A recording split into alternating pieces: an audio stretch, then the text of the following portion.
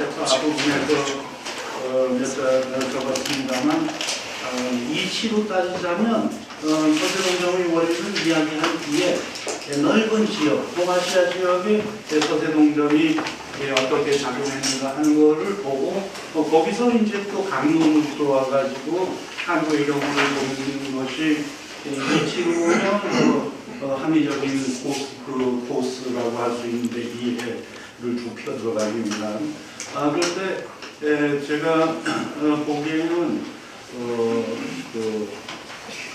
초점을 먼저 제시드리는 것이 좋겠다. 우리 다 이제 동양 사회에 대해서보다 한국 사회에 대해서 더 많이 알고 있지 않습니까? 알고 있는 것에 관련된 설명을 하다 보면 이것이 이 주제에 있어서 포인트구나 하는 거를 쉽게 파악하실 수 있습니다. 그렇게 한국사에서 우리가 대한민국으로 겪어온 중요한 사건들 이거를 먼저 설명을 하고 나면 그러면은 동아시아의 다른 지역에서도 대략 한국인이 겪은 것과 비슷한 틀로 그걸 겪었구나 하는 유추가 가능해지기 때문에 이해해 주겠다 하는 생각을 했어요. 그리고 또 제가 이 문명사 공부를 해온 것을 제가 원래 전공은 동양사, 중국사라고 알고 있었지만 그거를 동양사, 중국사에 적용시키는 작업보다 한 7, 8년 전부터 한국 근현대사에 적용시키는 작업을 해왔기 때문에 어떤 포인트를 설명을 하면 그게 이제 여러분이 듣기에 더 쉬울까 하는 것도 좀 선택할 수 있는 그런 여지가 많고 해서 오늘 두 번째 강의를 한국이 겪은 서대문전에 관한 설명을 그렇게 해봤습니다.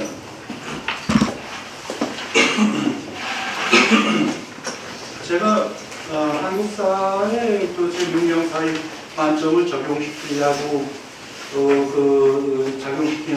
적용시키는 작업을 처음 했던 것은 밖에서 본 한국사라고 2008년에 책이 나왔는데 실제로 그 책의 구상을 시작한 거는 2002년경이었으니까 꽤 오랫동안 제 나름대로 공부한 거를 한국사에 적용시켜서 좀 다른 설명의 그런 다른 해석을 가능성을 제시한다는 그런 의미로 작업을 했습니다.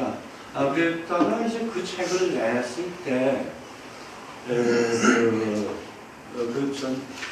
장정일 작가가 있죠. 그분이 관심을 가져준 건 고마운데 그 책의 특징을 또 좋게 많이 받아들여 줬는데 그런데 거기 하나 덧붙이는 이게 제 주장은 과도한 민족주의를 좀 순화시킬 필요가 있다 하는 그런 게 중요한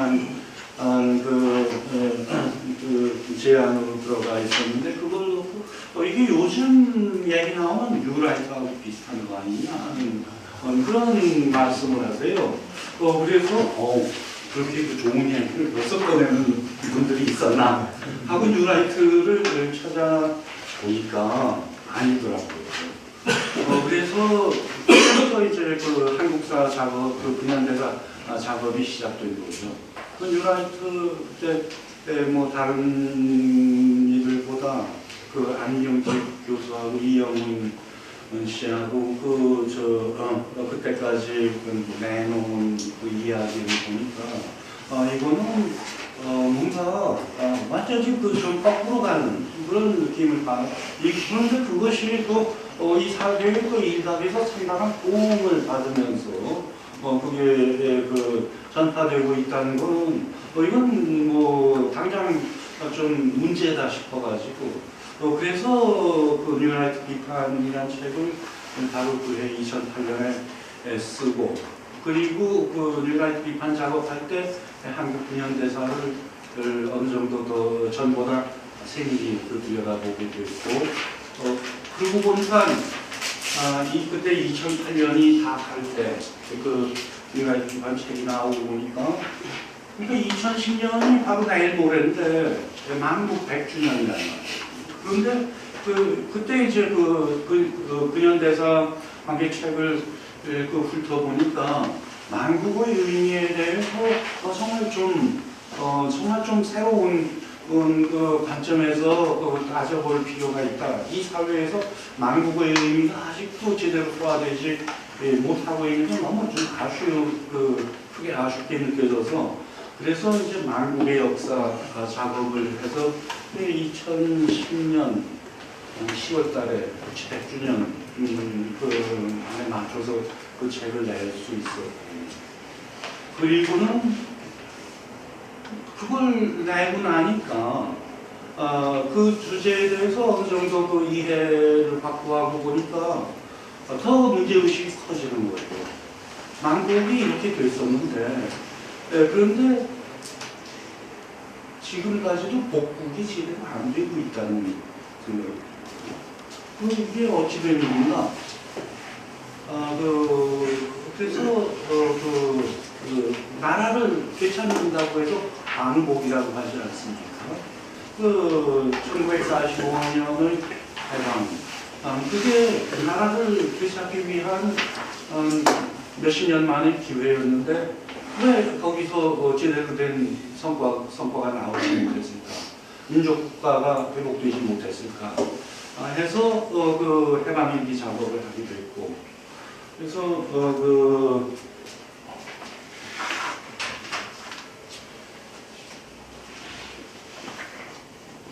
1910년까지는 만국의 역사에서 다뤘는데, 1945년에서 48년 이것을 해방일기에서 3년간에 걸쳐서 작업을 했어요.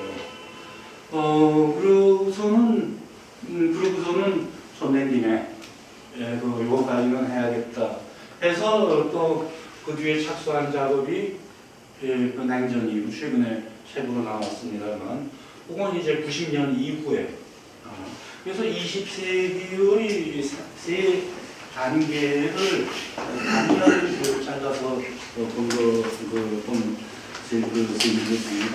그러고서는 지난주에 선유석 선생님 만나서 뭐 졸업장도 안 주시는데 저는 졸업합니다. 현재 한국 현대사에서는 그만 놀겠습니다. 좀 더 노시지. 그런데 다른 할 일이 많습니다. 그래서 지금 이제 다른 할 일이 있다 그러고는 바로 지금 하고 있는 강연이 서재동점의 끝인데, 그걸 이제 집필을 시작해서 이번 여름에 집중적으로 해가지고 금년 중에 책을 낼 수 있었으면 해서 서재동점의 끝이라고 해서 여기서는 한국사만이 아니라 한국사에서는 몇 년간의 작업을 통해서 어느 정도 세밀한 굴곡까지 탄탄하게 다져본 셈인데, 금년에 한 집필 작업에서는 한국사만이 아니라 동아시아 전체를 시야에 담고, 그리고 여태까지 한국사 쪽에서의 이 작업에서는 제 관점을 그렇게 앞세우지를 않았어요.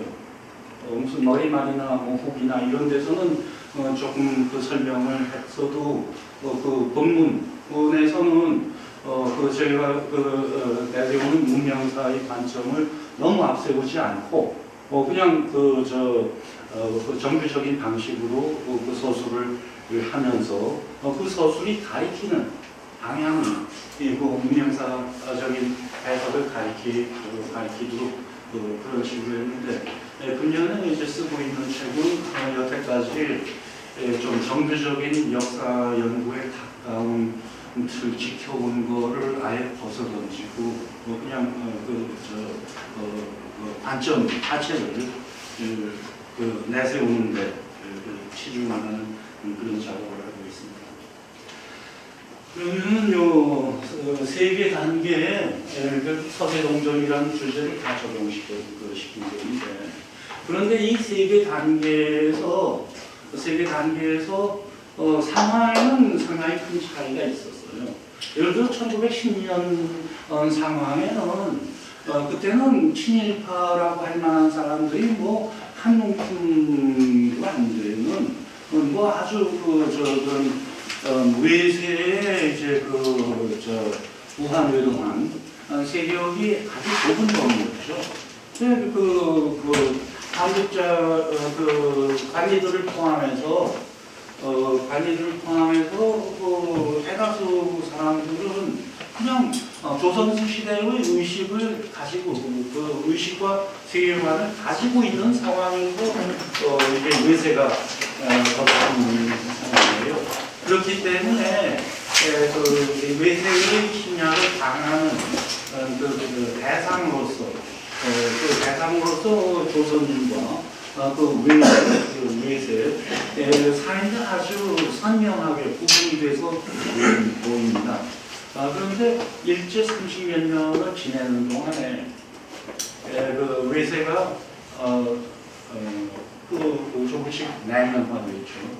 그러니까 일본에서도 메이지 유신 시작할 당시에는 그냥 전통시대의 그런 의식과 세계관 속에 살고 있던 사람들한테 변화의 물결이 닥친 거였는데 메이지 몇십 년을 지내는 동안에 그게 어느 정도 상당히 조금씩 내면화돼 왔죠. 그러니까 1945년도에 해방 당시에 조선인의 의식 서세화 수준이라는 게 아마 조선 강점 당시에 일본인들 수준 정도가 아니었을까. 그런데 또 일본인들 지배를 받을 때에 비해서 미국의 영향권 안에 들어가면서는 이 내면화가 더욱 박차를 가하게 됩니다. 먼저 그냥 물리적인 조건만 하더라도 일본인들은 조선의 식민지에 100만 명 가량의 일본인이 와서 살았어요.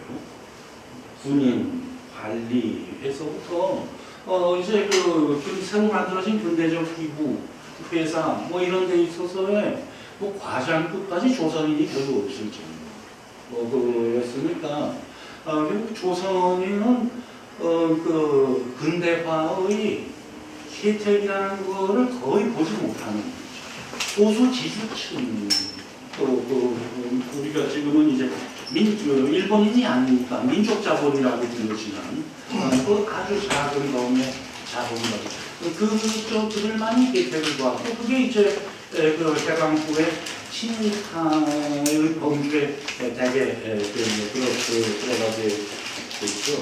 그건 아주 좁은 범위였어요. 그런데 해방 후에 미국은 해방 후에 한국에 대해서 영향권을 가지게 된 미국은 소련도 큰 차이가 없습니다. 그렇게 일본인들이 조선에서 뭔가를 열심히 빼가야 되는 그런 필요가 없었어요. 그리고 일본인이나 소련인이 그렇게 대거 한반도에 들어와서 살면서 노직을 차지할 수 있는 형편도 못 됐어요. 그러니까 일본 지배의 아주 주변부를 형성하고 있던 그런 하급 관리들이라든가 이게 다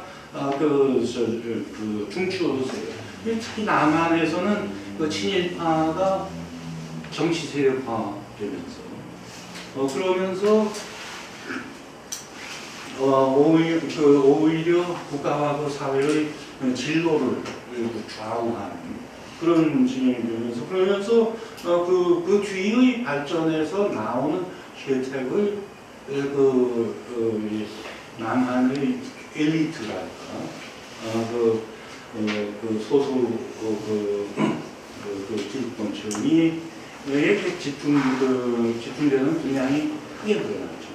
그래서 그게 그 혜택이 이제 지내다 보니까 그런 물질적인 혜택이 이른바 중산층에까지 이르게 됩니다. 우리가 그 70년대 이후 중산층이라고 부르는 그 층은 적어도 그 생활 면에서 물질적인 측면에서는 근대화의 그 혜택을 이거죠. 그에 비해서 노동계층이라든가 농민 경우는 80년대까지도 착취당하는 그런 그 위치에 있었지만 일제 시대에 비하면 혜택을 취하는 계층이 크게 넓어졌죠. 그것이 그 서세 내면화를 위한 그런 어떤 자원 풀이라는 그런 공간이 만들어져서 90년대에 오면 굳이 그 시대화 그런 매판적인 그런 그 의식을 가지지 않은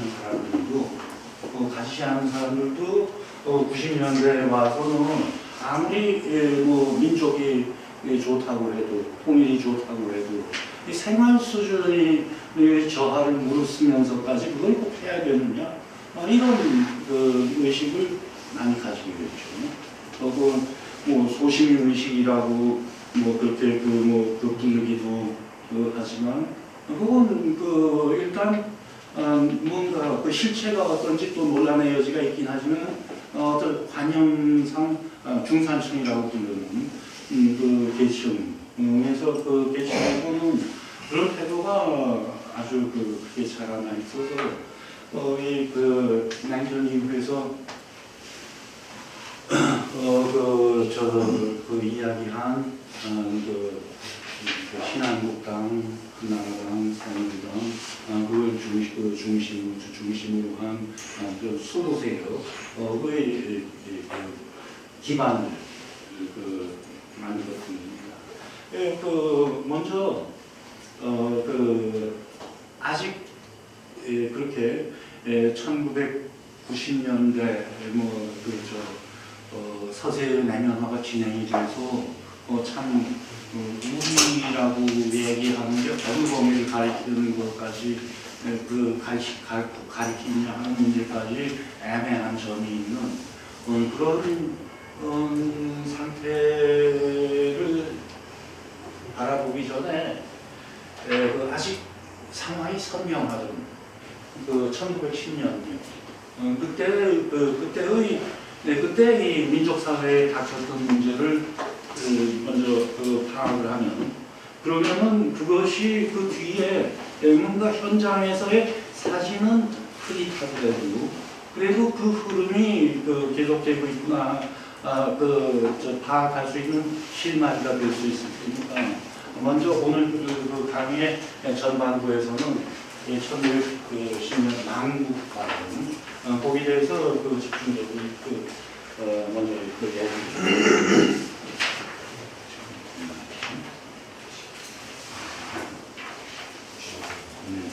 저기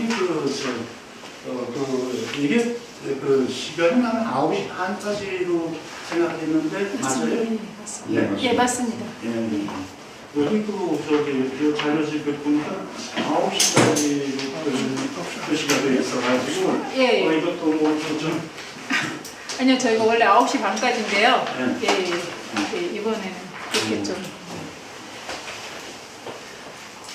그러면 저기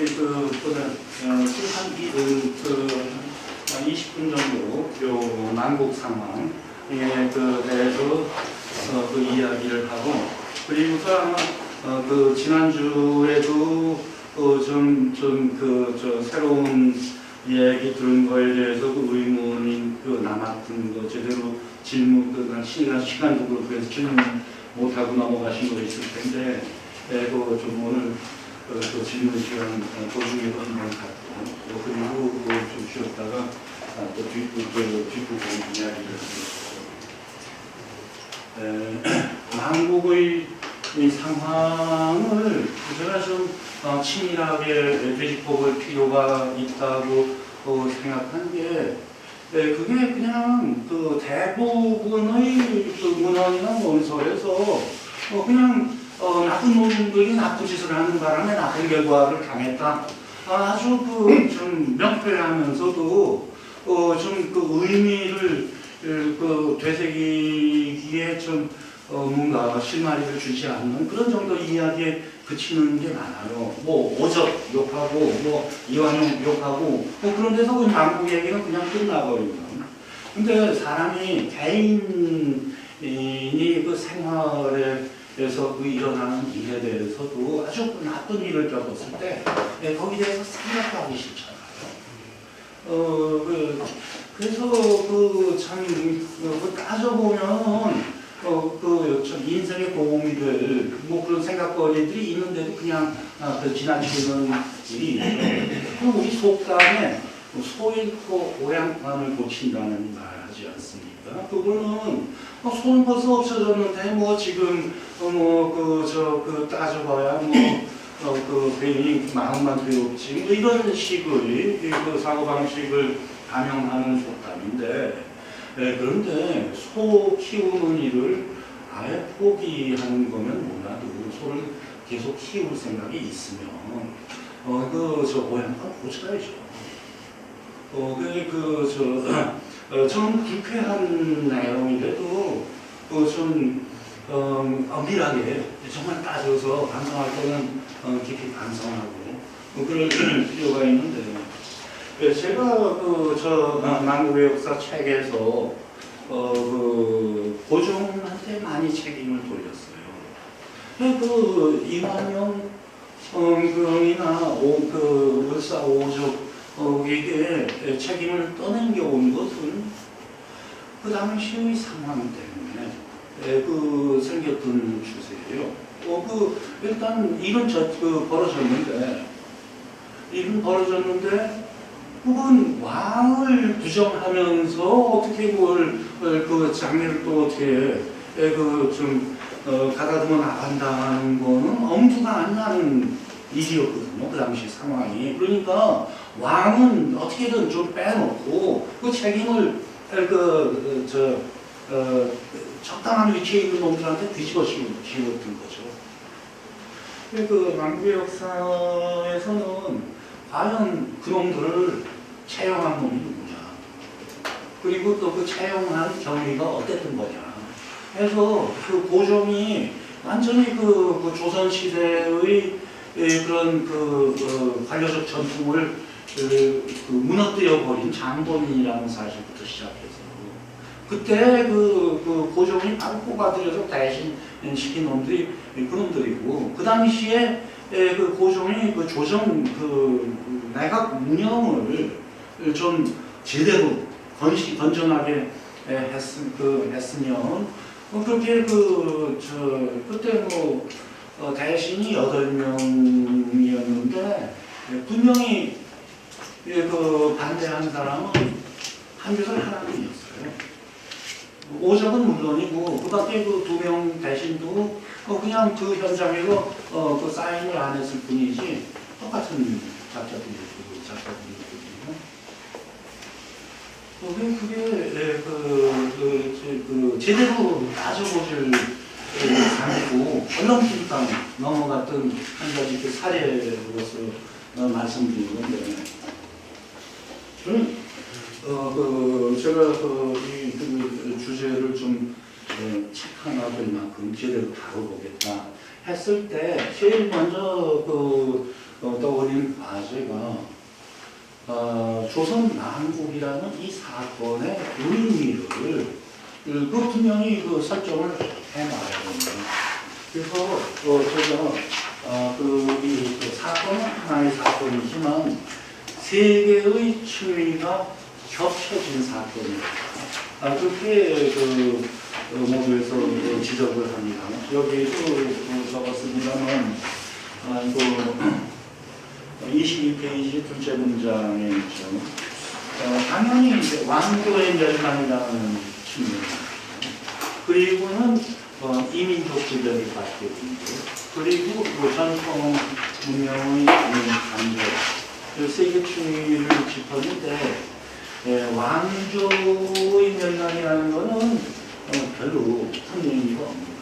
그거는 한국 사회에서도 왕조 멸망의 경험은 있었던 거고 그리고 중국에서는 대개 200년에서 250년도 년 정도면은 왕조 교체가 된다. 그래서 왕조 순환의 어떤 법칙성까지 논의 되는 그런 주제이기 때문에 왕조 멸망이라는 것은 비교적 세계 추미 중에서 피상적인 측면이라고 그렇게 볼 수 있겠습니다. 조선 왕조가 사실 왕조로 제대로 못하는 거는 그거는 저는 이제 그래서 인도 반정이라고 흔히 얘기하는 광해군 축출에서 시작. 그때 이제 유교적 유교국가의 기본 원리가 기본 원리 중 가장 핵심적인 원리가 무너지는 거라고. 그런데 이게 조선의 처해에 있는 어떤 국제 환경이라든가 이런 게 좀 긴장된 면이 있었다면은 임진왜란 직후인 그 무렵에 왕조 교체가 이루어졌을 거예요. 그런데 조선은 같은 이제 원리의 왕조국가인 중국에 비해서 아주 암울한 그런 조건에 놓여 있었기 때문에 중국에서 같으면은 완전히 왕조가 수명 유효 기간이 다 지나가지고 이제 내가버리고 그런 게 버티고 있었던 거죠. 조선 후기의 정치가 아무 의미가 없었다고 하는 건 아니에요. 그 상황에서도 좋은 정치를 회복하려는 많은 노력이 있었고 그리고 그거는 후세도 가르침을 받을 만한 그런 성과들이 있기는 했습니다. 그렇지만 중국에 비해서 암울한 환경 때문에 이게 왕조 교체가 지체되고 지체되어서 500년간 이제 끌고 왔었던 그러니까 개항기에 이르러서는 정말 국가의 기능이 형편없는 상태에 와 있었죠. 그 당시에는 매관 매직이라든가 제일 심한 예가 시카타 히로시라는 일본 학자가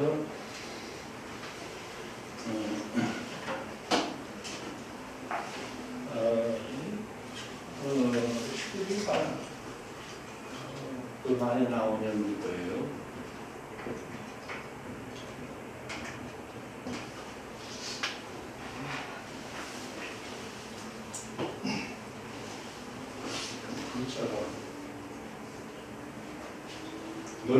넓을 박자 어떻게 쓰는지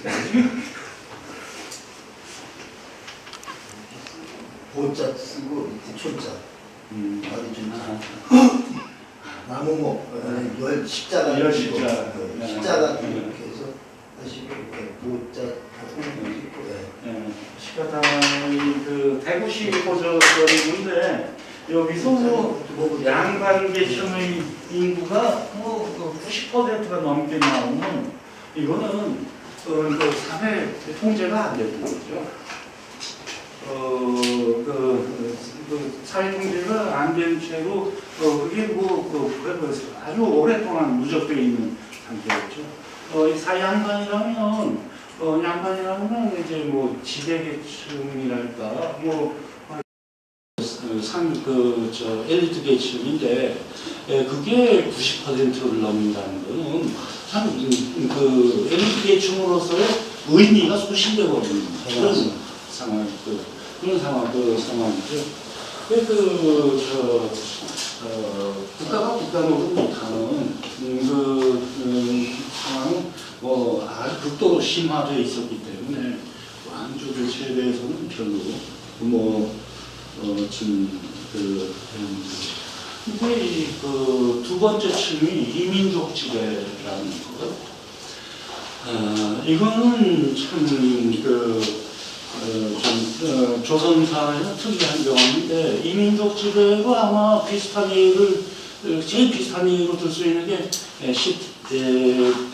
3세기 중엽에서 14세기 중엽까지 몽골 지배인데 이 지배라는 말이 맞지 않다고 해서 간섭이라는 말을 공식적으로 많이 쓰죠. 지배는 아니고 간섭 정도였다. 그것도 조금 너무 좀 얄팍한 자존심으로 보는 말이라는 감이 있긴 하지만 근데 일리 있는 말이에요. 직접 지배는 아니고 몽골군이 주도하지 않았어요. 일본 원정을 위해서 일시적으로 이쪽 일부 지역에 주둔한 거 외에 고려가 항복한 뒤로는 몽골군이 주둔하지 않았어요.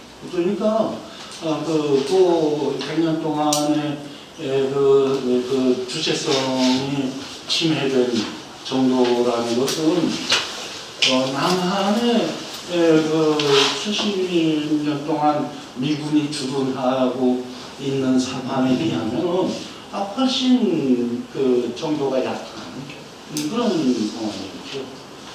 그리고 중국에서도 오랑캐의 오랑캐 왕조라고 얘기하는 경우가 원나라라든지 청나라라든지 있는데 그것도 이민족 지배라고 형식적으로는 말할 수 있겠지만 그게 우리가 일본인의 지배를 받은 거하고는 차이가 있어요. 훨씬 만만한 사태였어요. 뭐냐면 중국의 중화제국 안에서 볼 때는 오랑캐지만 그게 오랑캐가 중국을 휩쓸고 유린할 만한 그런 실력을 갖추기 위해서는 중국 문명을 어느 수준 이상 받아들이지 않으면 안 돼요. 그게 필수 조건이에요. 그게 한탄할 때 흉노가 그렇게 남북제국 시대였다고 그렇게 그리는 경우도 있는데 흉노가 전국 시대에는 진시황이 통일 전에는 그렇게 큰 존재가 아니었어요. 전국 칠흥 중에 북방에 있던 조나라 하나가 상대하는 정도의 경량급 선수였거든요. 근데 진시황이 통일을 하기 무렵에 흉노가 어마어마하게 커져가지고 진한 제국을 완전히 압박하는 지경에까지 이르게 된 것은 그게 이제 중국의 통일 같은 상황에 자극을 받아서 그리고 이제 중화제국에서 관리 기술자 이런 사람들이 통일 과정에서 선당을 일구는 흉노로 다 도망가서 그쪽에 기술 전파를 대대적으로 하니까 그러니까 군사기술에서 행정기술까지 끝에 다 수출을 해가지고 흉노 제국을 이렇게 이룰 수가 있었던 거고 그것은 중국 문명이 진행되는 과정에서 하나의 부속적인 존재, 부속적인 현상 그렇게 이해를 해야 될 겁니다. 그러니까 중국의 경우에도 아주 우리 조선이 일본인을 느끼는 것처럼 이질적인 존재에 의한 전면적인 지배라는 것은 중국에서도 유래가 별로 없었던 거죠. 그런데 이것은 임진왜란 때 한번 쳐들어본 일이 있었는데 그때도 세계 정세의 변화에 추동된 상황 그런 측면이 상당히 느껴지거든요. 그런 측면도 좀 있긴 했지만 대체로 그거는 요 동아시아 내에서의 그런 한 차례 태풍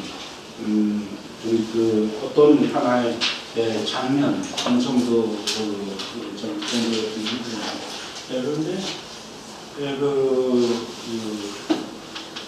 일본이 서양에게서부터 근대 문명을 배워가지고 북한변이에서 조선을 변단하고 중국을 넘보고 하는 거는 완전히 근대적인 상황 때문에 가능했던 그런 거죠. 그리고 이제 제일 큰 의미를 두는 게 문명 전통의 단절. 우리가 계몽주의적인 세계관이라고 저는 좀 요약을 해서 들리는데, 우리가 어렸을 때부터 학교에서 받은 교육에서부터 개인적인 독서를 통해서 얻을 수 있는 그런 가진 세계관, 이런 게 다소 좀 근대적인 시각에 치우쳐 있어요. 그래서 공건적이라고 하는 말 자체를 아주 부정적인 의미로 상대에는 받아들이지 않습니까? 이게 이제 교육과 교양이 유럽 중심적인 중심적인 교육과 교양이 쌓여서 일어나게 되는 현상인데,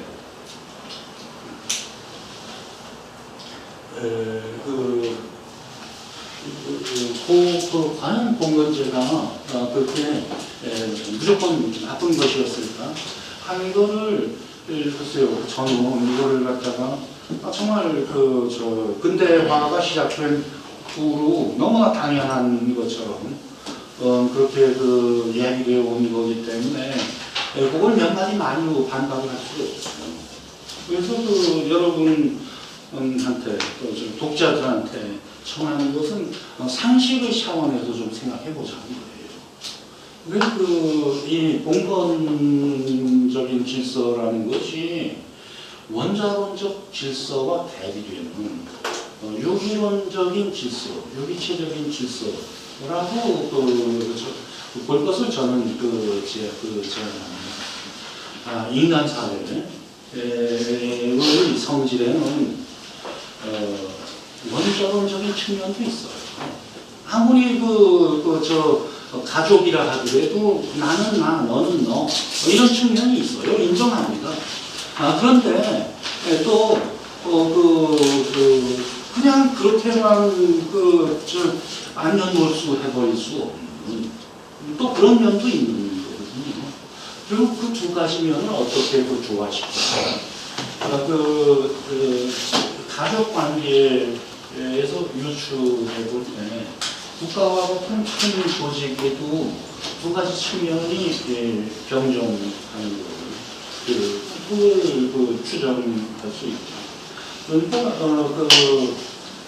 근대 이전까지 동양뿐만 아니라 동아시아 지역만이 아니라 어느 지역의 어느 문명이라도 성공적인 모습을 보인 문명들은 다 유기론적인 측면과 원자론적인 측면을 배합을 해서, 이게 때에 따라서 이쪽이 승할 수도 있고 저쪽이 승할 수도 있지만 어느 한쪽을 완전히 무시하는 일이라는 건 없었어요. 어느 한쪽을 완전히 무시하는 그런 문명이 존재했다면 그 모순을 이기지 못하고 얼마 못 가서 무너지게 될 거예요. 성공적인 모습을 보인 문명은 전부 사물에 있어서나 인간관계에 있어서나 그 두 가지 측면을 다 시야에 넣고 그걸 이제 배합했던 겁니다. 그래서 이 동아시아 전통에 있어서 이거는 이슬람 전통하고도 다르고 이거는 또 힌두하고 다르고 이런 식으로 정말 그 고유한 어떤 전통이 있었다. 그거를 거기에 집착해야 된다는 이야기를 제가 하려는 것이 아니고, 그 근대 문명, 근대 이전의 문명들은 다 그 원자론적인 측면과 연구론적인 측면을 아우르는 그런 것이 일반적인 원리였는데 그거를 회복할 필요를 지금 생각하자는 거죠. 신영복 선생님 얼마 전에 돌아가시고서 제가 그거를 좀 열심히 읽지를 않았던 게 전 그렇게 지냈는데 그분 돌아가시니까 저 부분 참 부러워하는데 그런데 제가 하기에 너무 많고 늘 괜히 기분에 그렇게 살다 보니까 좋아하는 걸 마음대로 읽지를 못하고 그렇게 살다가 그분 가시니까 이게 참 그냥 그분께서 더 생각을 풀어주시겠지. 언제 바닥을 먹으면 되겠지. 그러고 있었는데 더 바짝 쫓아서 공부할 걸 하는 생각이 들었어요. 예를 어떤 거냐면 그분의 강의에서 중요한 주제로 여러 번 거듭해서 말씀하시는 것이 존재론과 관계론. 그러니까 현대 세계에서는 너무 존재론에만 빠져 있어서 관계론을 무시하는 것 때문에 여러 가지 문제가 일어난다는 그런 지적을 했죠. 근데 그게 바로 제가 얘기하는 원자론과 유기론, 거기 배영이 되는 거거든요. 그래서 그분은 학문을 분류했다든다면 철학적인 그런 탐구 자세를 지키는 분인데 저는 그와 좀 다른 이제 역사학적인 그런 관점을 지키기가 그런 거는 서로 호응이 되는 거기 때문에 그런 것도 참 그분 뵐 때 좀 더 좀 말씀을 청하고 그랬으면 좋았을 거라는 그런 생각이 나죠. 저기 그 내용에 대해서 제가 주요하다고 생각되는 전통의 그 내용에 대해서는 내일 다음 주 계속해서 좀 더 구체적으로 이야기할 기회가 있을 전화부 이야기는 저 정도 하는데 신 선생님 이야기 나온 길을 말씀드리면 제가 신 선생님 마주친 적이 별로 없는데 재작년에 한 번 우연히 만났어요. 그게 돌베개 출판사에 북카페를 열던 날이라 그때 제가 유시민 선생하고 제가 좀 가까이 왕래하는 사이라 그날 같이 점심 먹고 거기 북카페에 갔더니 어느 분이 앉아 계시더라고요.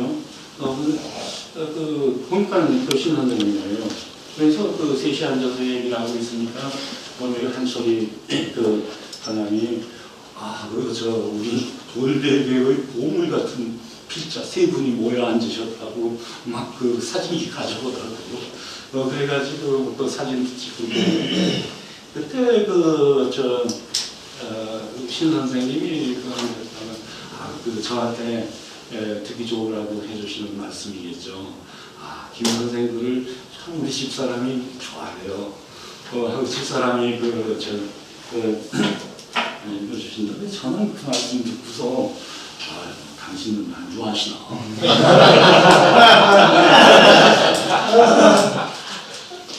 그때 이제 빈소에 인사를 갔을 때 그때 5명씩 나가서 헌화하고 이렇게 인사드리고 이제 물러나면서 이제 유족들 서 있는데 인사하고 그런데 사모님께서 거기 이제 서 계시다가 제가 다가가는데 그 곁에 있던 아드님한테 김기혁 선생님이시다 하고 그 일러주시는 거예요.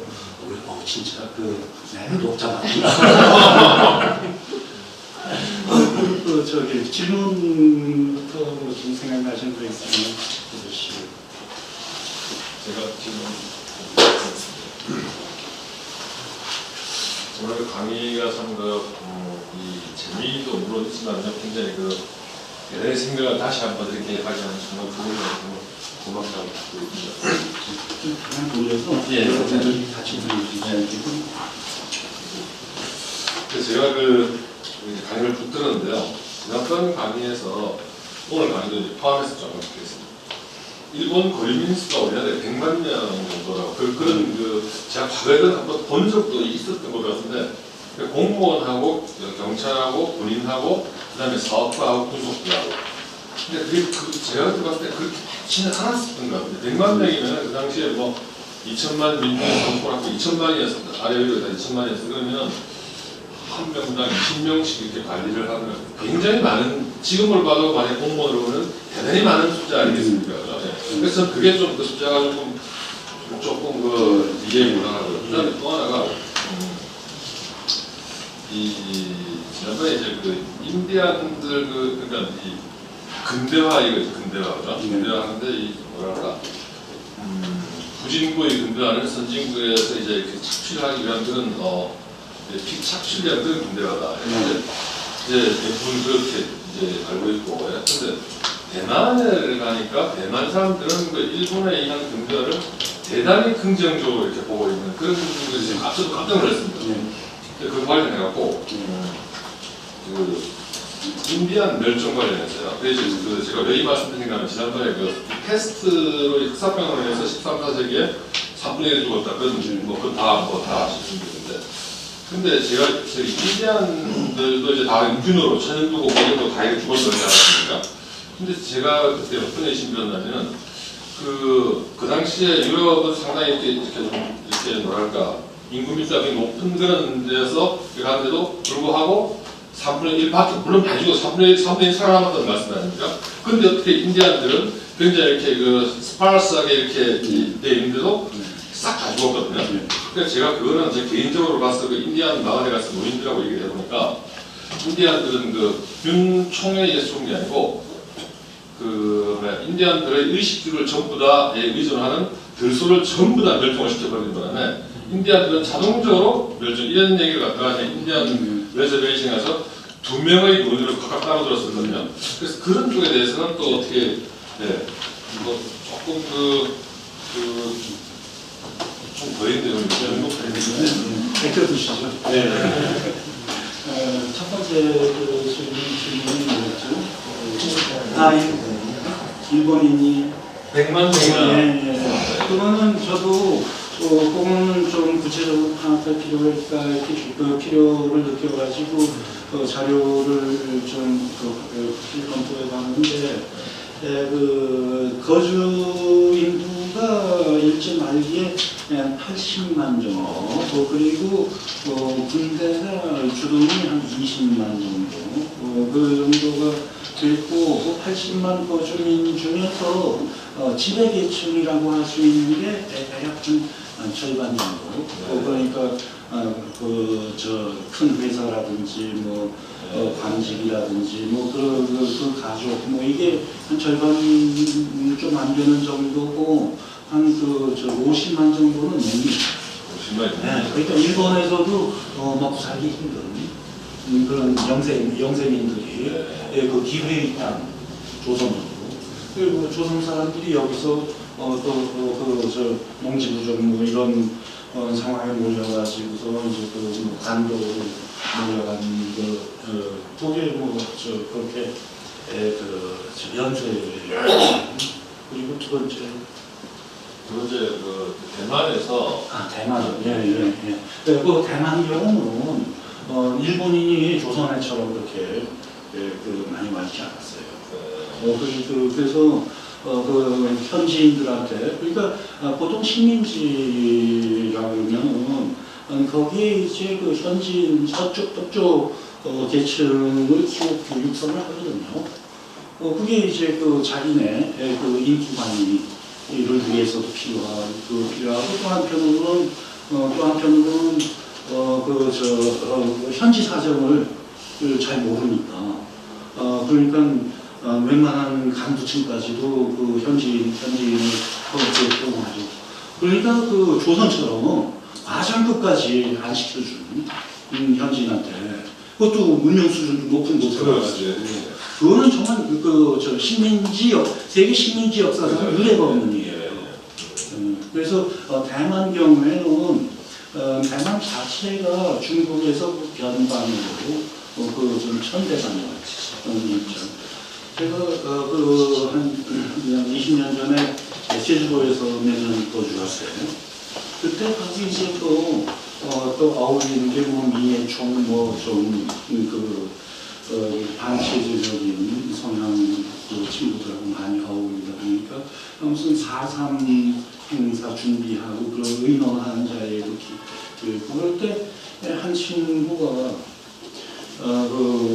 이번 4.3 행사에는 그 반일도 좀 프로그램을 넣어야 되지 않겠냐. 우리 맨날 반일만 하니까 너무 편파적인 것 같다. 그런 얘기를 하길래 그거는 좀 문제가 있을 거다. 왜냐하면 제주도민 입장에서 볼 때는 조선시대 대접 같은 것보다 그 일본 식민지들 가지고 형편이 좋아진 면이 많다.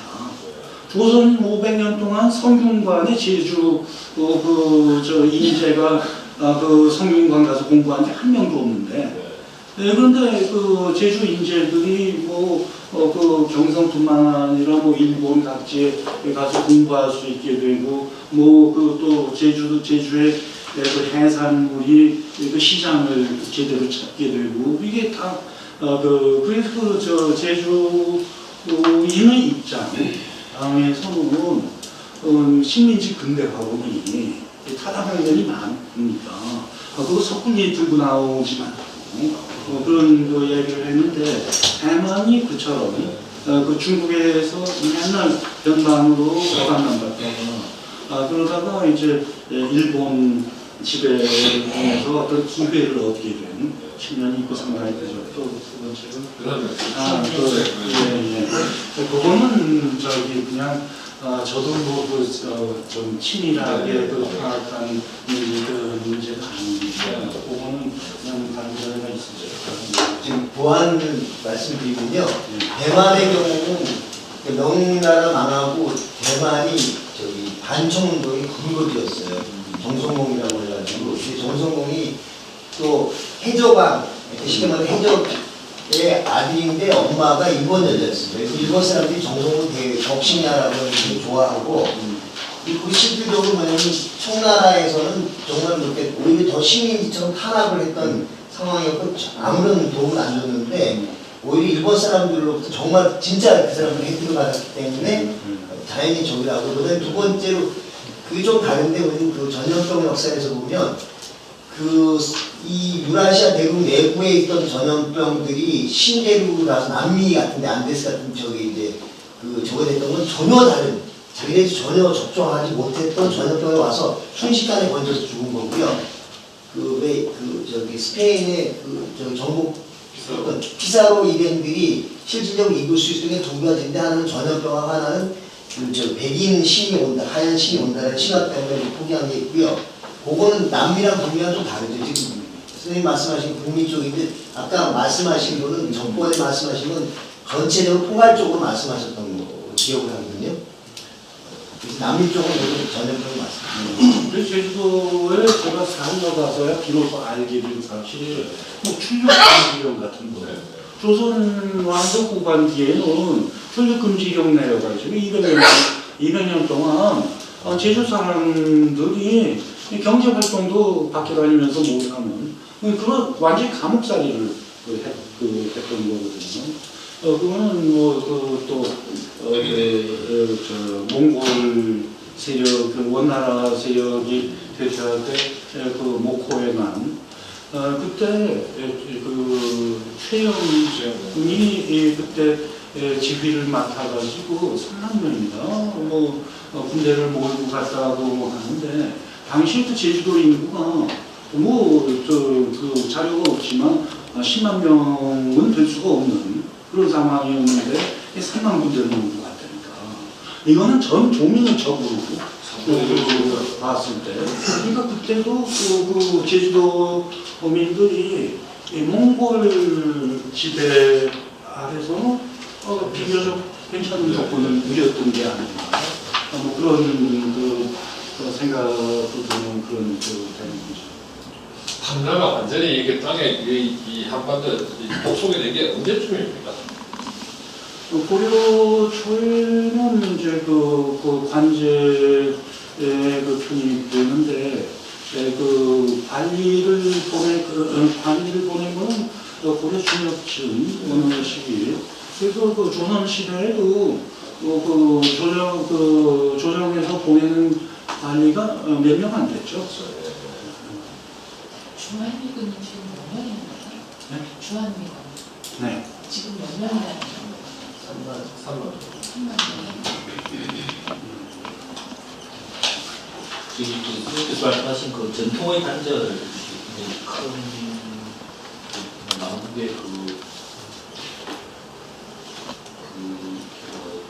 중요한 의미가 있었는데 선생님께서 생각하시기에 그 단절된 전통 중에서 어떤 것들이 이제 좀 이렇게 의미 있는 것들인지 그러니까 그리고 지금까지 개선돼야 될 것들 중에서 단절된 것들 중에서 이제 좀 이렇게 의미 있게 주목해야 될 부분. 그거는 이제 제가 지금부터 물어보려고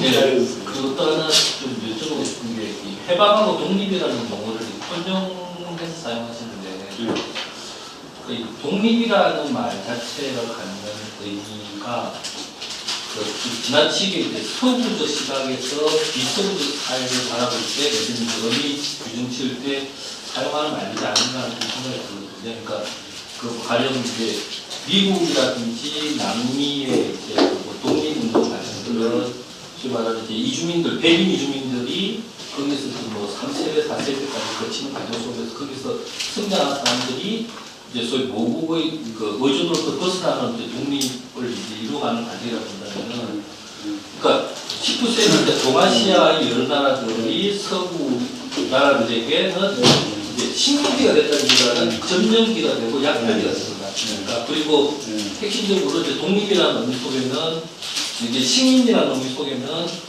그 국가나 문명이 없는 지역에 선진 문명을 가진 사람들이 가서 그 문명을 이식하거나 국가를 세워주는 정도로 의미한다고 했을 때, 과연 동아시아의, 그러니까 그러니까 한국을 포함해서 뭐 동아시아의 여러 나라, 그러니까 동남아시아까지 거기를 식민지로 삼았다는 이 규정 자체가 용어의 의미라는 것은 90년에서 결정이 되거든요. 하나는 그 글자들이 그 어원이 어디 있느냐는 거고, 또 하나는 그 용어가 어떻게 쓰여왔느냐 용어에 따라서. 그래서 제 의견을 말씀드린다면 독립이라는 건 일반적으로 어떤 상태를 가리키는 거고, 독립된 상태가 아니라, 그리고 해방이라는 것은 어떤 변화, 억압받는 상태에서 해방된다.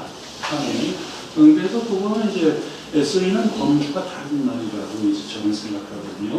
그래서 그 독립이라는 말이 무슨 좀 미개한 지역에서 쓰이는 말이고, 우리처럼 민족국가를 가지고 있던 나라에는 적용이 안 된다는 그런 얘기는 좀 차이를 너무 무리하게 적용시키는 감이 참 느껴요. 그래서 제가 그 인도 이렇게 자료들을 보면 인도 사람들은 그 독립운동이라는 말을 안 쓰고 이제 그 프리덤 파이터, 프리덤 그 파이팅 뭐 이런 식으로 일종의 이제 그러니까 해방 투쟁이라는 말을 많이 쓰거든요. 그러니까 소위 말하는 인디펜던트 무브먼트가 아니고, 그 사람들은 인도 사람들은 자체적으로 그 프리덤 파이터, 그러니까 소위 말하는 우리 식으로 하면 독립운동가들을 프리덤 한다면, 그게 우리도 마찬가지로 독립운동가라기보다는 항일 투쟁과 항일 투사 그러니까 이 말이 좀 더 이렇게 그러니까 소위 말하는 식민사관이라는 그 가장 핵심적인 출발은 우리 스스로가 일본의 식민지였다라는 그 규정 자체를 받아들이면서 그 식민사관의 어떤 근거가 되는 게 아닌가 생각이 들거든요. 저는 뭐 사람이 좀 엉성해서 그런지 그냥 용어 문제는 그냥 취향 문제 정도로 생각해요. 저는 저보다 좀 친밀한 사람한테 가서 저번 시간에 그 서세동점의 두 번째 국제가 되었던 게 산업혁명으로서 그 힘을 축적한 서양의 세력이 동양을 침범한 건데 라고 이제 설명하시는데 그것도 산업혁명이 일어나는 산업혁명은 결국에 제 생각에는 이제 과학기술이 여기서 임계점에 도달해가지고 그게 이제 뭐랄까 사회적인 자본을 이제 소모해 가면서 불리고 이렇게 대규모적인 어떤 그런 생각하는데 근데 과학기술이라는 측면에 봤을 때 동양과 서양이 예를 들어서 뭐 파의 주기율표, 파의 3.14 그 밑에 7곱째 자리까지는 송나라 때 이미 10세기 때 계산했는데 서구에서는 이미 15세기나 돼서 그걸 했어요. 그 정도로 이제 오히려 동양이 혹은 다 문명가 높았는데 어떻게 해서 갑자기 서양이 그런 과학기술을 능가했는지 그게 국가적인 어떤 조직적인 프로젝트의 발주라든가 아니면은 그것도 근본적으로 동양과 서양인의 어떤 세계관의 차이라든가 종교관의 차이라든가 이것을 갖는 건지 그게 궁금해요. 아주 근본적인 데 원인은 차이라고는 생각하지 않아요. 그러면 아주 내재적인 그런 능력, 사상 이런 거에 이유가 있다면 더 일찍 나타났어야 될 그 차이겠죠. 저는 이 과학의 발전이라는 것도 우리가 이제 참 기숙하고 또 그래서 또 그건 자연스럽게 생각해야 돼요. 인류의 성취라고. 약간 과학 발전이라는 것도 어떤 사회경제적인 조건에 의해서 유발되는 현상이라고 그러니까 그 과학의 발전을 참 훌륭한 일이라고 긍정적인 가치로 보던 시대는 어떤 시대냐면 과학이 어떤 완전한 자연과 인간에 대한 완전한 이해에 도달할 수 있다는 그런 믿음을 가졌을 때, 그 진보의 그 믿음이죠. 그래서 그 길을 가게 돼 있고 우리가 거기에 접근했다 해서 그거를 이제 기뻐했던 건데, 근데 저는 이제 그 역사 공부를 과학사 중심으로 해왔는데, 그건 좀 일시적인 조추 현상이었다고 보거든요. 그러니까 과학 기술의 발전이라는 것도 그 사회의 안정과 적절한 발전을 위해서 필요한 범위에서 일어나게 돼 있던 건데, 그런데 이 근대 유럽에서는 사람들이 집단 어떻게 폭동이 돼가지고서 그냥 미친 듯이 과학 해가지고는 뭐 사회주의조차도 과학적 사회주의가 진짜야 이런 지경에까지 오히려 과학에 대한 그런 맹신. 제가 설명은 못하고 우리 여기 한 섹션 그 과학에 대한 맹신이라는 섹션 그 하나 중요한 테마라고 생각하는데요. 그게 지금 말하는 그 근대 서양이 정답에 접근했다는 그런 의미는 거든요. 과학기술을 더 일찍 빨리 발전시켰다고 해서 그게 정말 우리나라를 행복하게 해줄 어떤 정답에 해답에 접근했다는 그런 의미는 거거든요. 그래서 그건 그렇게 일시적으로 어느 분야의 집중적인 발전이 일어났던 것은 그 시대 그 사회의 주어진 조건에 따라서 부수적으로 일어났던 하나의 현상. 그게 저는 예. 그 질문은 아니고요. 네. 저는 한 10년쯤 전부터 우리나라가 근대 이렇게 들어오면서 대세 침입을 받고 이제 식민지 지배를 받게 된 그 좀 먼 원인 중에 하나가 아까 선생님 말씀하셨는데 임진왜란 고무렵에 한 16세기, 7세기 그 사이에 광도가 뭐 교체됐어야 되는데 또는 뭐 조선이 망했어야 되는데 망하지 않고 살아남는 바람에 그 후유증으로 이렇게 배운 게 아닌가 하는 생각을 해봤는데 오늘 제가 처음으로 그런 그 말씀을 드리는데 저는 제 판단이 꼭 틀린 건 아니겠구나 그런 위로를 접하게 되는데요. 제가 좀 그 질문을 드리는 게 아니고 선생님 그 만국의 역사 조선을 일단 그 책을 제가 읽어봤는데 제가 그래서 언젠가 한번 그 책을 읽으면서 언젠가 한번 선생님하고 만날 수 있는 기회가 있으면 좋겠다 그 생각을 했는데 왜 그랬느냐면 그 책을 읽으면서도 이게 그 뭐 고종한테 이렇게 뭐 좀 더 많은 책임을 물어야 된다 이제 이런 말씀을 제가 지금 기억을 다 하지 못하겠는데요.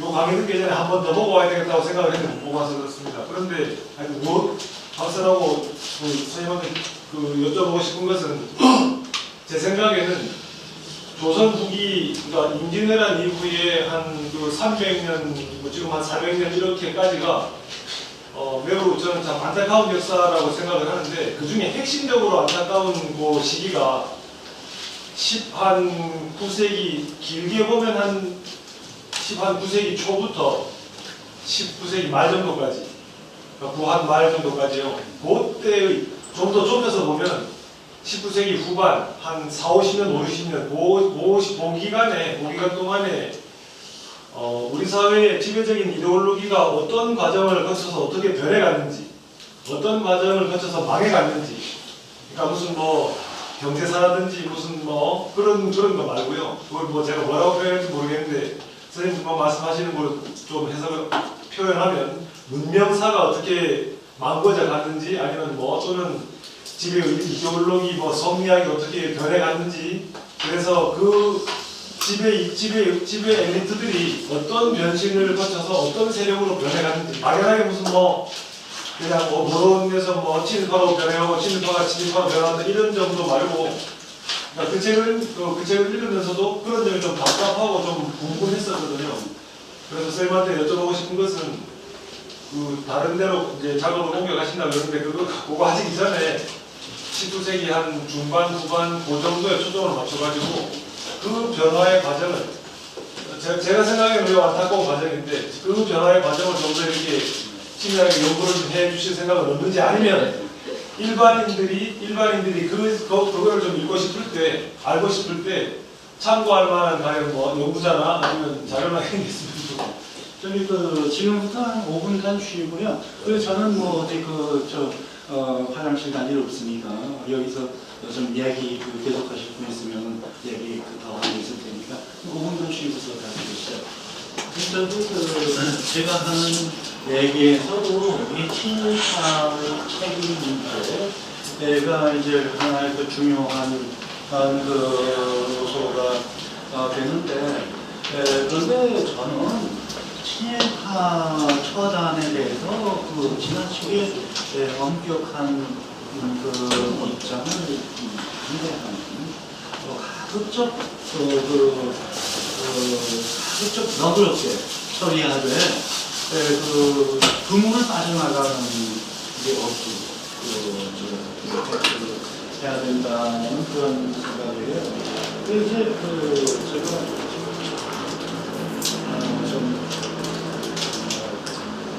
해방일기 작업에서 중간파의 입장을 많이 중시하고 또 긍정하는 그런 그 시각을 실제로 저는 그 중간 타서 그 민족사회의 장래를 위해서 그 올바른 올바른 관점을 많이 보여줬다고 생각을 하거든요. 그 친일파에 대해서 그 소위 그 우익 그뭐 분단권 그 시간 그쪽은 뭐 말할 것도 없고 친일파 그 중간파하고 좌익을 비교한다면 좌익에서 대체로 그 친일파의 엄혹한 처단을 주장하는 것에 비해서 중간파 인사들은 약한 처벌, 그 아주 뭐 진짜 그 일본 경찰에 들어가서 못할 짓 몰라서 하는 악질 분자들은 뭐 그건 처단을 해야겠지만 그냥 잘 먹고 잘 살기 위해서 그러니까 제가 그 민족문제연구소와 이제 박한영 실장이 몇 년 전에 그런 그 친일파의 분류를 해서 생계적이라고 박한영 실장은 그 개념을 제시했는데 저는 그게 참 바람직한 그런 관점이라고 그 기회 있을 때마다 훌륭한 제안을 해줬다고 감사 표시를 합니다. 그런 생계형 친일파에 대해서는 이 중간파 입장에서 참 지나친 일이 있었으면 반성하고 자숙하고 양보하고 그러면서 함께 가자는 그런 게 이제 그 친일파에 대한 중간파의 입장이었죠.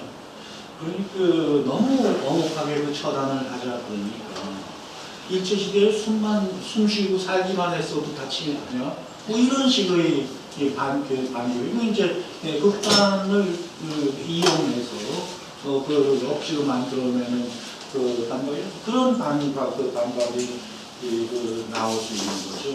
그런 기술적인 그 문제만이 아니라 저는 참 이 세상이 이 사회가 잘 돌아가기 위해서 참 올바른 생각만 하는 사람들이 그 좋은 대접을 받고 나처럼 희미한 사람들은 그냥 좀 부대접 받고 뭐 그게 너무 엄하지 않았으면 좋겠어요. 그냥 대충 너무 나쁜 짓만 안 하면 그냥 그럭저럭 자기 목 누리면서 살 수 있는 그런 사회가 좋은 사회라고 저는 생각하거든요. 이 친일파가 대개 지주층에서 형성되지 않았습니까? 뭐 관리나 뭐 이제 그런 직업을 택한 그 외에는 대체로 이제 그 사회경제적인 위치로 보자면은 지주층이 되겠는데, 그 지주층이 친일파로 입장 취하게 된 동기를 따져본다면 토지 소유권의 절대화에 문제가 있었어요. 그 조선 시대에는 그 토지 소유권이 그렇게 절대적인 게 아니라 나는 그 소작인 대대로 경작하는 소작에는 경작권이 있었던 셈이에요. 그걸 함부로 자를 경우 그거는 정도가 약할 때는 지역사회의 시스템에 따라서 지주가 지목권을 자르면 그리고 심할 경우에는 관에서 개입을 해서 그거를 좀 막아줬어요. 경작권이 사회의 관습으로나 또는 그 행정권에 의해서 어느 정도 보호를 받았던 거죠. 그런데 일제가 토지 침략을 하면서부터는 그 토지에 대한 권리가 소유권의 100%다 들어가는 거예요. 마음대로 잘라도 돼요. 그건 일본 입장에서는 그 일본 지배자 입장에서는 그 지주 입장을 그렇게 뒷받침해 두어야 투입 무역력에 비해서 소추 그 생산을 늘려가지고 조세를 쉽게 걷어들일 수 있는 그런 이점이 있기 때문에 그런 그 소유권 절대화 정책, 뭐 서양에서 배워오는 건데 그걸 특히 아주 강력하게 추진했던 거죠. 그러면 그냥 소작권, 경작권을 가지고 있는 소작인이 예를 들어 어느 그 10점 보되는 소지주한테 뭐 10명이 붙어 있다고 하는데 그게 그 근대적인 기준에 따르면은 노동력 과잉 투입이에요. 적정화를 통해서 투입 대비 생산을 늘릴 수 있는 여지가 있는 거죠. 그래서 10명 중에 7명을 자르고 3명만 남고요. 그러면 3명만 먹여가지고 주면 되니까 전에는 기껏해야 3할, 4할 지주가 뛰어먹으면 아유 소작이는 뭘 먹고 사느냐 이렇게 했는데 10명이 아니라 3명만 붙어 있으면 5할, 6할 뛰어먹어도 먹고 사는 데는 문제가 없다는 거예요. 대신 유휴 노동력이 왕창 생겨가지고 이거는 식민 지배를 하는 입장에서 아주 유용한 조건이죠. 이 유휴 노동력을 산업 분야, 공업 분야에 쉽게 똑같아요. 투입할 수도 있고 또 만주 개척을 위해서 동원할 수도 있고 이런 식으로. 그럼 그때 지주의 입장은 뭐냐? 소유권을 절대화시켜주는 정책을 이것은 잘못된 정책이다 라고 비판하지 않고 그걸 그대로 받아들인 거예요. 양심적인 지주들은 그래도 어떻게 대대로 이웃에 살면서 소작 지어준 사람을 어떻게 그렇게 자를 수 있어?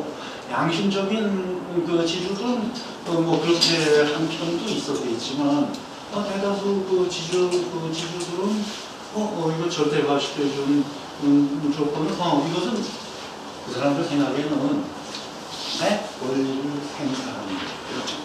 무슨 나쁜 짓을 하는 게 아니라 여기서 잘라내면은 도시로 가든지 공장으로 가든지 자기 살 길 알아서 찾을 것이고 지금 지금 새로운 이 환경 속에서는 그렇게 정부에서 시키는 대로 해야 지주도 경쟁력을 가질 수 있어 살아남을 수 있습니다. 그래서 그거를 당연한 자유예요. 그리고 그런 제도적인 조건을 국가에서 만들어준다는 것, 그것은 너무나 당연한 사실이거든요. 그거는 천년 동안 불변의 진리로 그렇게 있었던 건 국가에서 소유권은 절대적인 것입니다. 했을 때 그거를 이거는 부당한 권리다 라고 거절할 그런 상황이 아니었죠. 그렇게 해서 친일적인 일본의 지배 정책에 동조하는 입장을 취하게 되는 그런 모습을 그려볼 수 있죠. 그래서 그 결과 해방 당시까지 어떤 기준으로 보면 정말 건강한 사회의 운용을 위한 기준으로 보면 지나친 과잉 소득이 그동안만큼 누적이 있다. 그렇게 본다면은 그 중에 일부를 사회 반응을 하든지 그때 학교 설립이 필요한데 학교에 투자를 하든지 하면서 이제는 세상이 바뀌었습니다.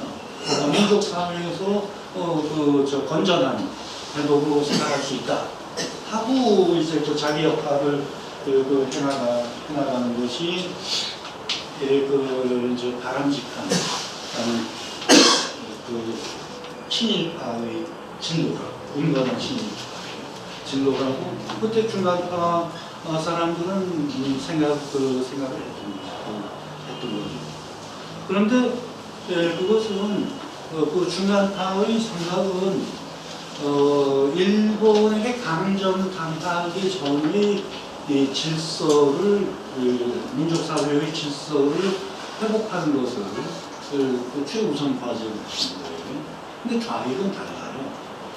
그 전에 없던 새로운 질서를 만들어내겠다는 입장이거든요. 그러니까 그 목적을 위해서 그 기득권층을 완전히 초토화시켜요. 일본이 이제 패퇴하는 마당에 거기 연루된 조그마한 책임이라도 철저하게 물어서 유산층을 완전히 악사를 내야 해요. 그래야 그 새사회 건설에 유리한 조건이 생길 거라는 그런 희망을 가지고 친일파의 극단적인 처단을 주장하고 또 북쪽에서는 실행하고 그랬던 거죠. 친일파 문제는 아직도 안 끝났잖아요. 거기다가 이제는 또 친일파 문제까지 겹치죠.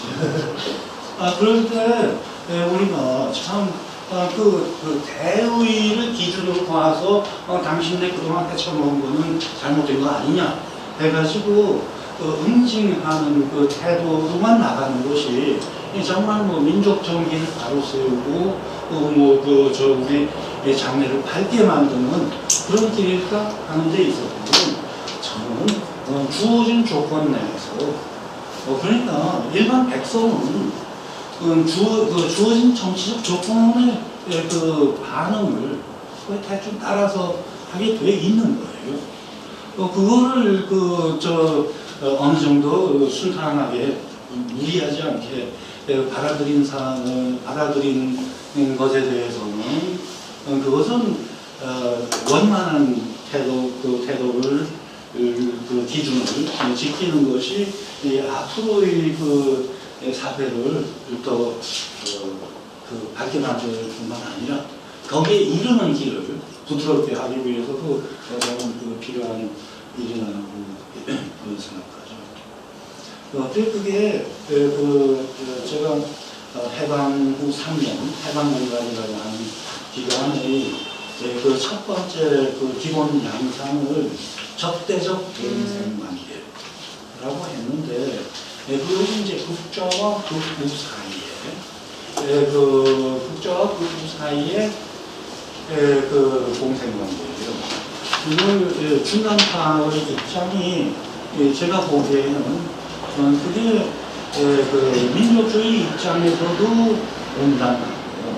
그리고 사회적인 태도, 정치적인 태도로서도 건전한 것이었다고 저는 생각을 하거든요. 그것은 실현 가능한 길을 통해서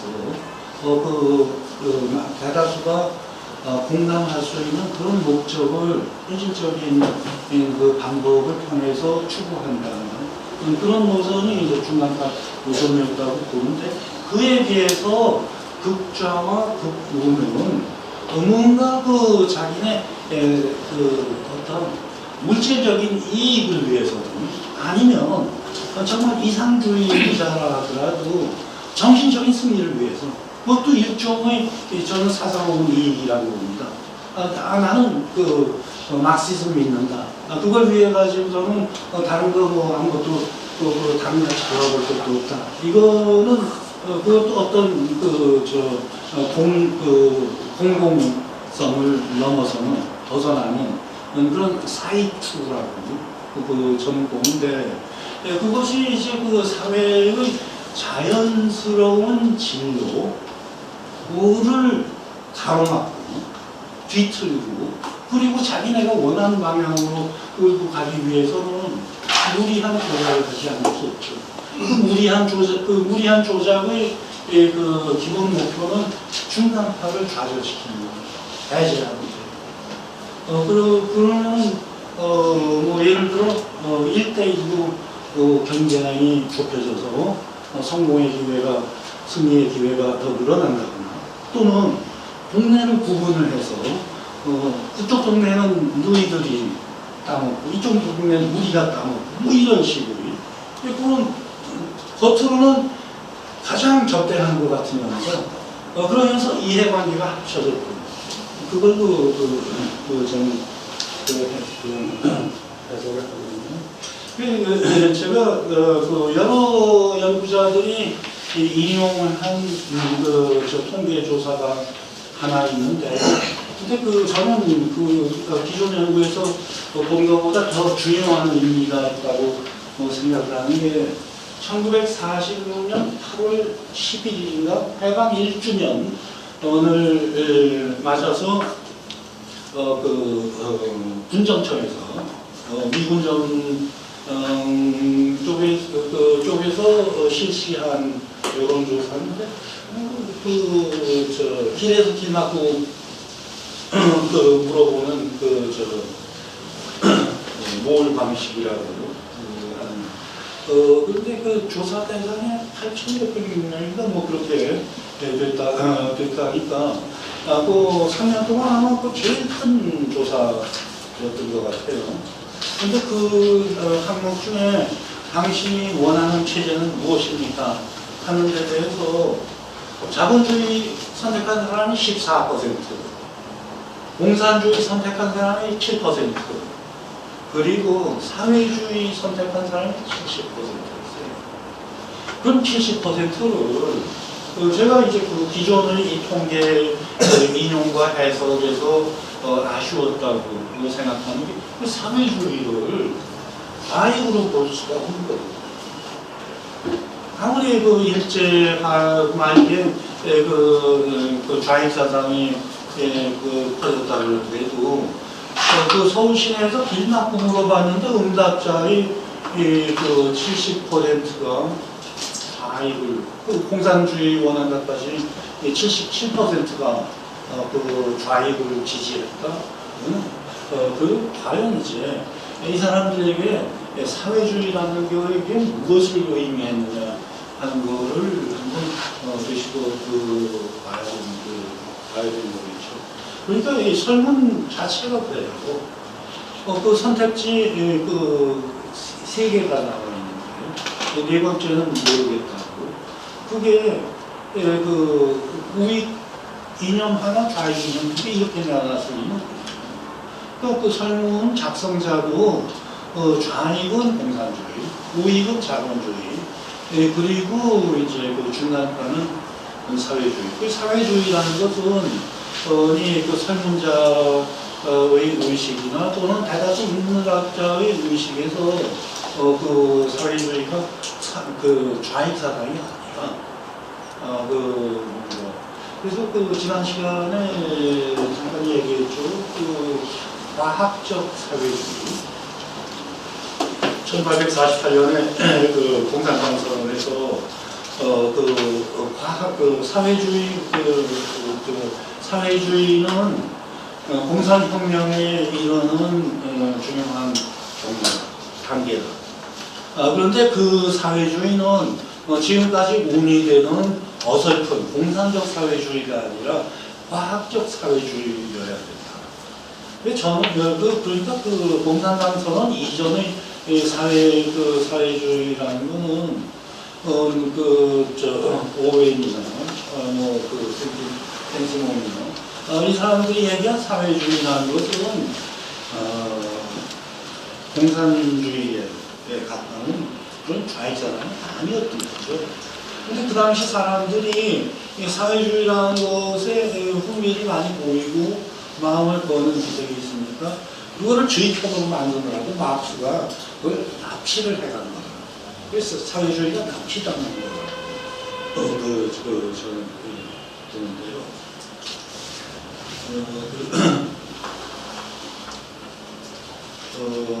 이 1946년 여론조사에서 사회주의 선택지로서 사회주의라는 것은 그것은 그렇게 막스에게 포획되기 이전 그런 요건들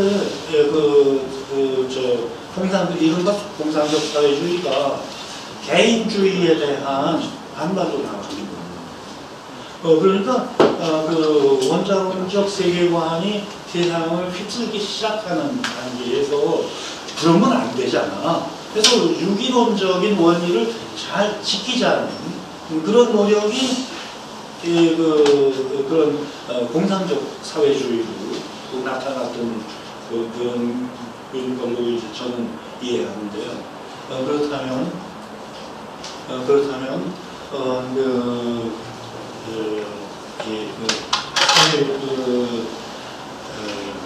유기론적 조직 원리를 가리키는 의미로 사회주의를 생각해볼 필요가 있다. 근데 공산권 붕괴 이후에 중국이나 베트남에서 그 사회주의를 계속 표방하고 있는데 나는 그게 이제 그 냉전에서 이후 단계에서는 그런 그 공산주의 한 단계로서 그 사회주의보다 원래의 그 유기론적 그 원리로서의 그 사회주의가 의미를 실질적으로 되찾고 있지 않습니까? 그렇게 이제 그 베트남이나 그 중국 경우는 좀 그렇게 그 해석할 여지를 그 찾아보려고 합니다. 쿠바도 마찬가지예요. 쿠바는 이제 그 동양적 그 전통을 가지지 않은 곳이지만 그곳의 사회주의라는 것도 역시 그런 그 원자론적 그 세계관과 질서원리 그것과 다른 방향을 가리키는데 큰 의미가 있는 거 아닌가? 쿠바는 제가 책으로도 그렇게 많이 살펴보지 않았기 때문에 그건 참 인상으로 그냥 떠오르는 정도입니다. 그러니까 이 1946년 8월의 여론조사에서 나타난 민의라는 것은 그 일본의 제국주의 체제는 그건 자본주의를 표방했어요. 그리고 또 사회주의는 새로운 그 이제 좌익 사상은 공산주의가 새로운 그 옵션을 그렇게 그 제기되고 있었고 그런데 대다수 그 조선인들은 물론 자본주의를 배격하는 것은 물론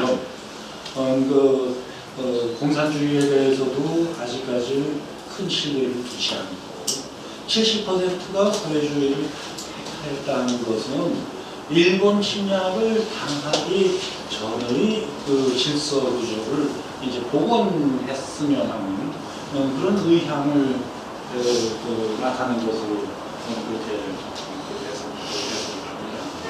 그러니까 일본 지배하에서는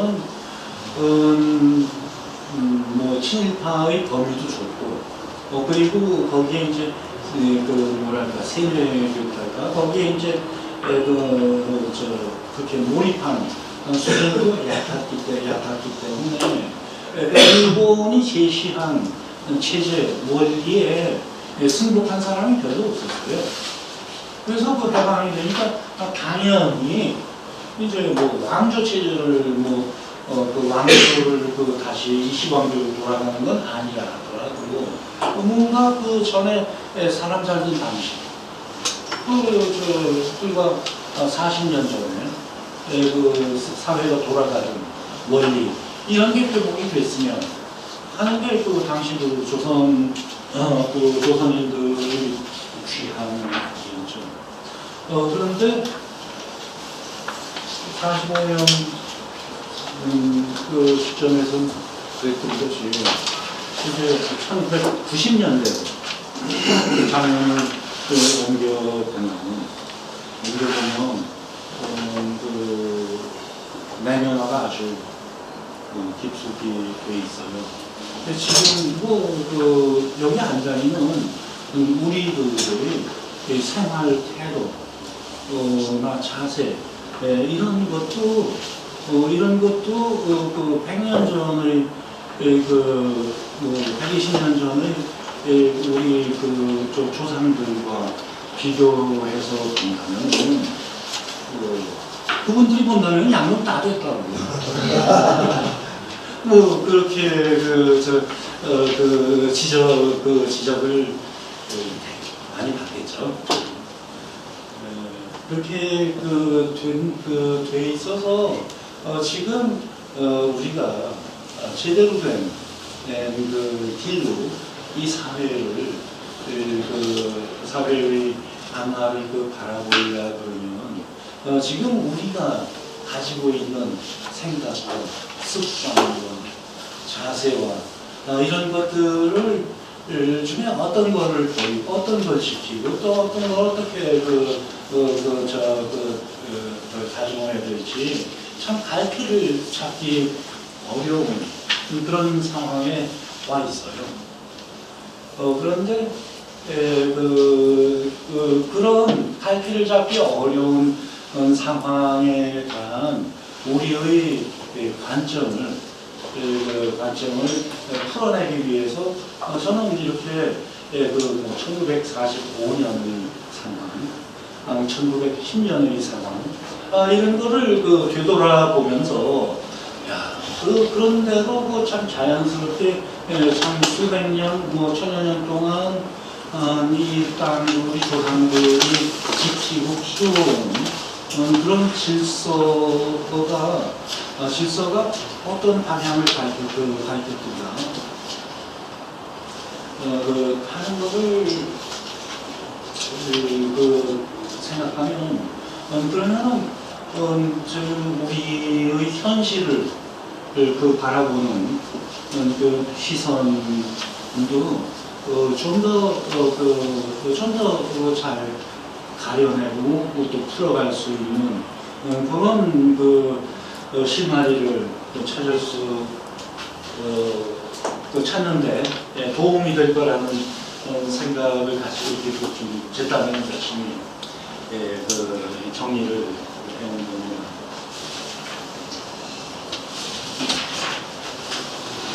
그런데 요거는 다음 시간은 마지막 시간에 집중적으로 이야기를 하겠지만 그냥 우리 혼자 던져진 상황에서 우리 사회는 던져진 상황에서 길을 혼자 찾아보라 그러면 거기 또 극복하기 어려운 많을 텐데 그런데 이게 우리가 외부 상황에 휩쓸려서 우리 전통이 좌절되고 우리 사회에 혼란을 겪게 됐던 그 사정이 이제 뒤집혀서 뭔가 다른 길을 좀 모색하기 싫어도 모색해야 되는 그런 조건에 다시 한번 우리가 모이게 되는 거다. 그러니까 개항 이후 150년 만에 그런 계기로서는 식민지화나 해방이나 또 1990년의 명의 냉전 해소에 비해 가지고 훨씬 더 큰 어떤 계기가 다가오고 있는 것이다. 그래서 이 계기가 어떤 계기인가를 잘 인식하고 파악할 때 그것이 우리의 내부를 바라보는 시선하고 또 외부를 바라보는 시선이 이제 교차됨으로써 거기에서 이제 그런 우리의 시야를 더 이제 명료하게 밝히는데 또 도움이 될 수 있는 계기다 그런 생각을 생각하죠. 그거는 이제 그 계기가 어떤 성격을 가진 계기인가 그거는 아마 다음 주에도 좀 얘기를 하고 다음 주에 집중적으로 얘기를 하게 될 텐데 오늘 저희 또 여기까지 하고 질문 있으면